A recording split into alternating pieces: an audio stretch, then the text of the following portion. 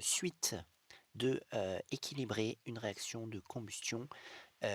Ici, on a la combustion d'un acide carboxylique avec le dioxygène et on a déjà équilibré les carbones. Il y en a deux de chaque côté et les hydrogènes, il y en a deux de chaque côté. Et donc maintenant, on va regarder les oxygènes. Ici, on voit qu'il y en a deux dans cette molécule et qu'il y en a aussi deux dans le dioxygène. Donc ça fait 4. Et de l'autre côté, on en a ici 2 fois 2. 4 plus 2 ici, ça nous fait 6. Donc on a 6 à droite et on n'en a que 4 à gauche. La manière d'équilibrer, c'est d'équilibrer le dioxygène, pas cette molécule, sinon ça change tous les atomes qui sont présents. Donc il y en a déjà, si on regarde, il y a déjà 2 oxygènes ici. 2 oxygènes ici. Donc il va falloir qu'on en rajoute de cette manière-là. Il faut qu'il y en ait 4 ici. Donc on va donner un 2 devant. Et de cette manière-là, on en aura un 2 ici plus 2, 4, ça fait 6, et là ici 4 et 2, ça fait également 6, donc on a bien le bon nombre d'oxygène de chaque côté, donc nous avons le bon nombre de carbone, d'oxygène et de hydrogène, donc la réaction est équilibrée. On regarde cette autre réaction qui est ici, donc par exemple on commence normalement par le carbone, donc par exemple ici 2 atomes de carbone au total dans les réactifs, et il en faut 2 également de ce côté-là, donc on met un 2 devant le CO2. Maintenant, on a 2 carbones de chaque côté. On va regarder les hydrogènes. Combien y a-t-il d'hydrogène dans cette molécule? Il y en a déjà 3 de ce côté-là et 3 de l'autre côté, ça fait 6 en tout. Il en faut également 6 de l'autre côté, et donc ça c'est fourni par les H2O, c'est-à-dire l'eau, et donc on va mettre un 3, comme ça fera 6. Donc nous avons bien 6 hydrogènes de chaque côté, c'est équilibré. On va compter les oxygènes. Donc ici nous en avons 1, ici nous en avons 2, en plus ça fait 3. Et de ce côté-là, on en a 2 fois 2, ça fait 4, plus 3, ça fait 7. Donc il y en a 7 à droite et il n'y en a que 3 à gauche.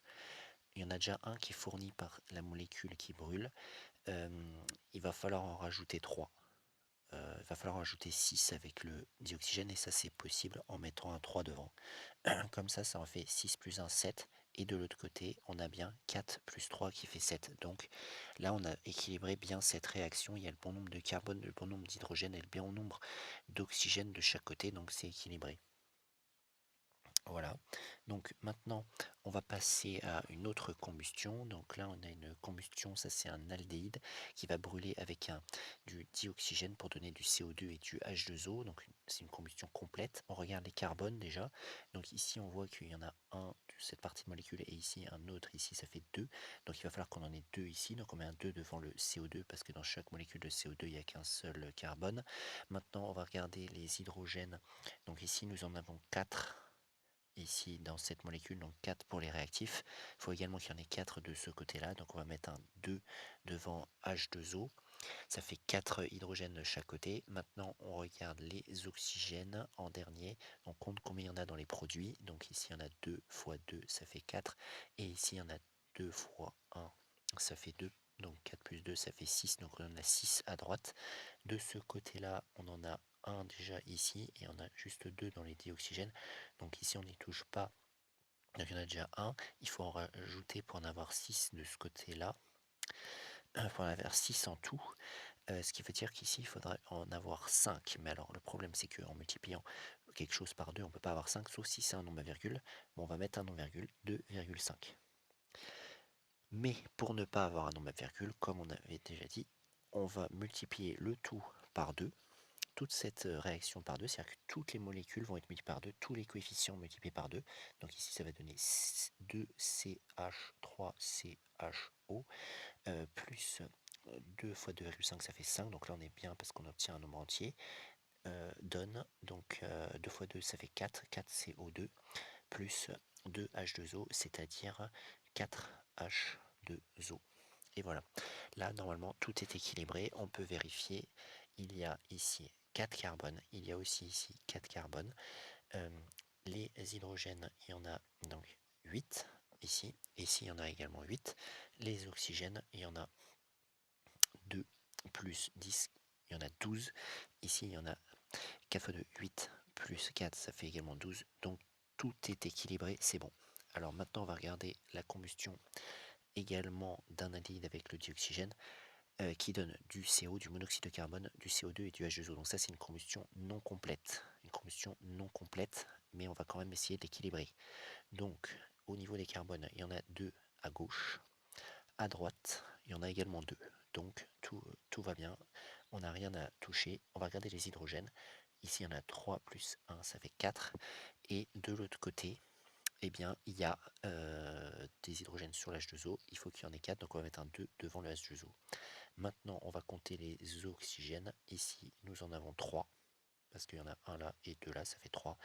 Et ensuite, là, il y en a un là, il y en a 2 là, ça fait 3. Et encore 2 avec les 2 H2O, donc ça fait 5. Donc il y en a 5 à droite chez les produits, et il y en a 3 à gauche chez les réactifs.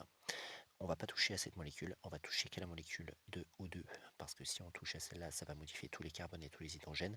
Par conséquent, s'il nous en faut 5, eh bien il y en a déjà un qui est là, donc il en faut 4 au niveau des O2, et donc ça tombe bien, on peut mettre un 2 devant qui donnera 4. Comme ça, les oxygènes sont équilibrés, et les hydrogènes aussi, et les carbones également. Donc voilà l'équilibrage de cette équation de réaction, de équation de combustion incomplète, parce qu'on a du CO, du monoxyde de carbone qui se forme. Maintenant, autre équation à équilibrer également d'une combustion incomplète, puisqu'on a dans les produits du CO et du C, eh bien c'est cette équation de combustion ça s'appelle un éther. Et donc, qu'est-ce qui va se passer? Eh bien, on va regarder les carbones. Il y en a 2 sur la gauche et il y en a 3 sur la droite. Donc, ce n'est pas complètement équilibré. Et comment faire? Il va falloir en rajouter de ce côté-là. Comment faire pour en avoir 3 quand on en a 2 dans une molécule? Eh bien, c'est de multiplier la molécule par 1,5, c'est-à-dire un non-virgule. 2 fois 1,5, ça fait 3. Bon, on réglera le problème de la virgule à la fin. Donc on a déjà 3 carbones de chaque côté, on a équilibré les carbones. On va équilibrer maintenant les hydrogènes. Combien a-t-on d'hydrogène de ce côté-là? Eh bien, ça fait 6, mais on multiplie bien sûr par le coefficient stoichiométrique qu'on vient de mettre, ça fait 9, parce que 6 fois 1,5, ça fait 9. Donc il faut aussi que ce côté-là, on en ait 9. Où sont les hydrogènes? Chez les H2O. Donc il va falloir mettre en coefficient devant 4,5. Pourquoi? Parce que 4,5 fois 2, ça fait 9. Donc on a mis des noms à virgule, mais on les retirera après, il n'y a pas de problème. Donc les hydrogènes sont équilibrés. On va regarder les oxygènes. Ici, on en a 1 dans cette molécule, mais c'est multiplié par 1,5, ça fait 1,5 oxygène, plus les 2 oxygènes qui sont ici, ça va nous donner donc 3,5. Donc on a 3,5 oxygène de ce côté-là.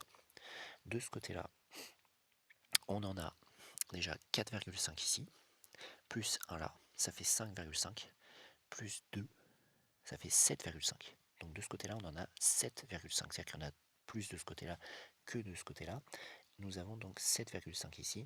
Et ici, on avait compté qu'il y en avait donc 3,5. 3,5. Il y en a déjà 1,5 qui est là. Ça, on va pas y toucher, parce que sinon ça modifie tout ce qu'on a déjà fait. On va toucher à l'oxygène. C'est pour ça qu'on équilibre les oxygènes à la fin. C'est parce que le dioxygène est tout seul avec une seule quantité d'oxygène. Donc c'est lui qu'on peut modifier. Donc c'est pour ça qu'on peut ajuster les oxygènes plus facilement. Donc il y en a déjà 1,5 ici. C'est-à-dire qu'au total, il faut qu'on en ait 7,5. C'est-à-dire qu'il faut qu'il y en ait 6 ici. Comment faire pour en avoir 6 avec ce dioxygène? Eh bien, c'est de multiplier par 3 devant. Voilà. Et là, on est bien équilibré, on a bien 7,5 oxygène de chaque côté. Comment résoudre le problème de nombre à virgule qu'on veut des entiers? Eh bien, c'est de multiplier par quelque chose qui donne que des entiers en coefficient stoichiométrique, et ici, fois 2. On va modifier toute la molécule par 2.